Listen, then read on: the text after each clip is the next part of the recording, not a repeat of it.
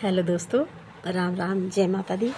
तो स्वागत है आपका मेरी इस वीडियो में। तो मैं आगे एक नई छोटी सी वीडियो लेकर, तो वीडियो ऐसी है कि चलो मेरे को 1 साल हो गया वीडियो बनाते हुए।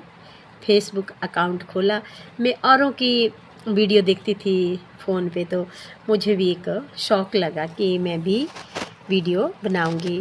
तो मैंने अपने मियाँ जी को बोला और बेटे को बोला कि बेटा मेरा अकाउंट खोल दे, मैं भी वीडियो बनाऊंगी। मेरे को शौक़ है बेटा, मेरे को पैसे का कोई लालच नहीं है कि मैं मिंजो भाई माई सते पैसे कमाने। चलो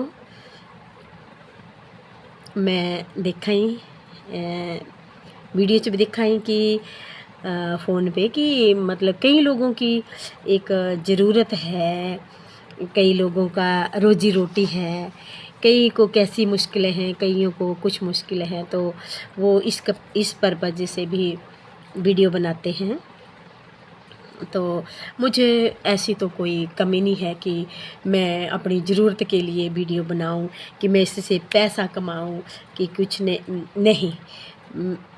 मेरे पास भगवान की दया से सब कुछ है। मेरे मियाँ जी सरकारी जॉब करते थे, तो अब रिटायर हो चुके हैं।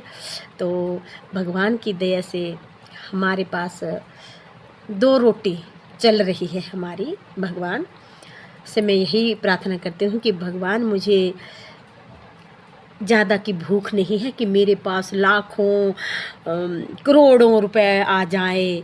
नहीं, बिल्कुल नहीं। मैं बोलती हूँ दोनों समय, सुबह और शाम की, भगवान ऐसी 2 रोटी देते रहना भगवान, और तंदुरुस्ती देना भगवान। मैं सब परिवार को मैं यही भगवान से प्रार्थना करती हूँ। तो मुझे ऐसे ही मैं शौकिया तौर पे वीडियो बनाने शुरू किया कि मैं कीर्तन भजन करती हूँ।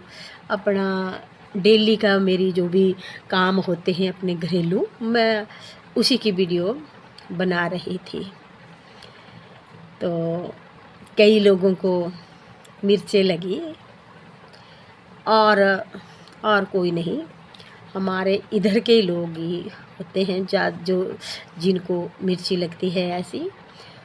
तो अभी जब मैं वार्ड मेंबर के चुनाव में मुझे मेरे ही गांव वालों ने, या बोलूं मेरे बहुत क्लोज मेरी सखी सहेलियां, उन्होंने बोला मुझे आज से 6 महीने पहले कि दीदी अगर ऐसे चुनाव वार्ड मेंबर की ओपन सीट आएगी तो हम आपको अपने गांव का वार्ड मेंबर चुनेंगे। मैंने बोला चलो जी, जब आएगी तब देखा जाएगा।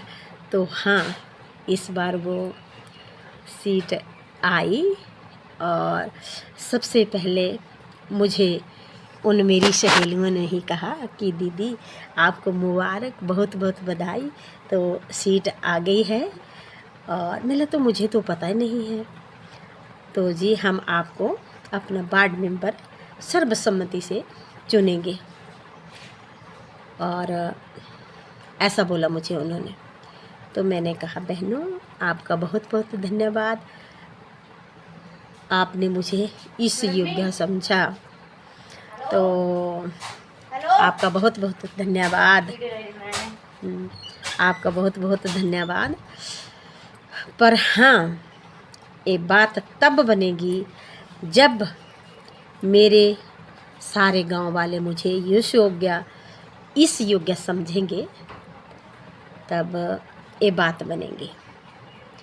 अच्छा चलो, हो गई ये बात। फिर कहीं हमारे गांव में एक फंक्शन था, प्रोग्राम था, तो वहाँ पर मेरे मियाँ जी भी गए हुए थे।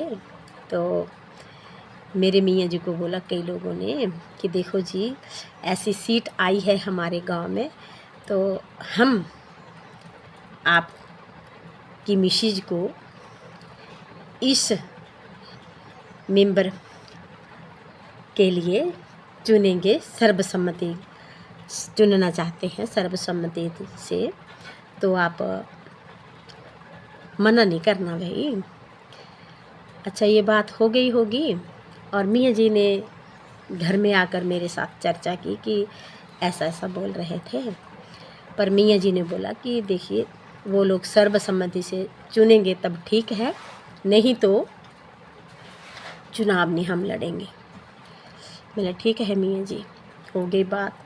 दूसरा दिन हुआ तो मुझे सबसे पहले एक फ़ोन आता है और वो मेरे ही परिवार का बंदा था। उसने कहा कि भाभी जी ऐसी सीट आई है, आप को हम वार्ड मेंबर बनाना चाहते हैं सर्वसम्मति से, तो आप मना नहीं करना।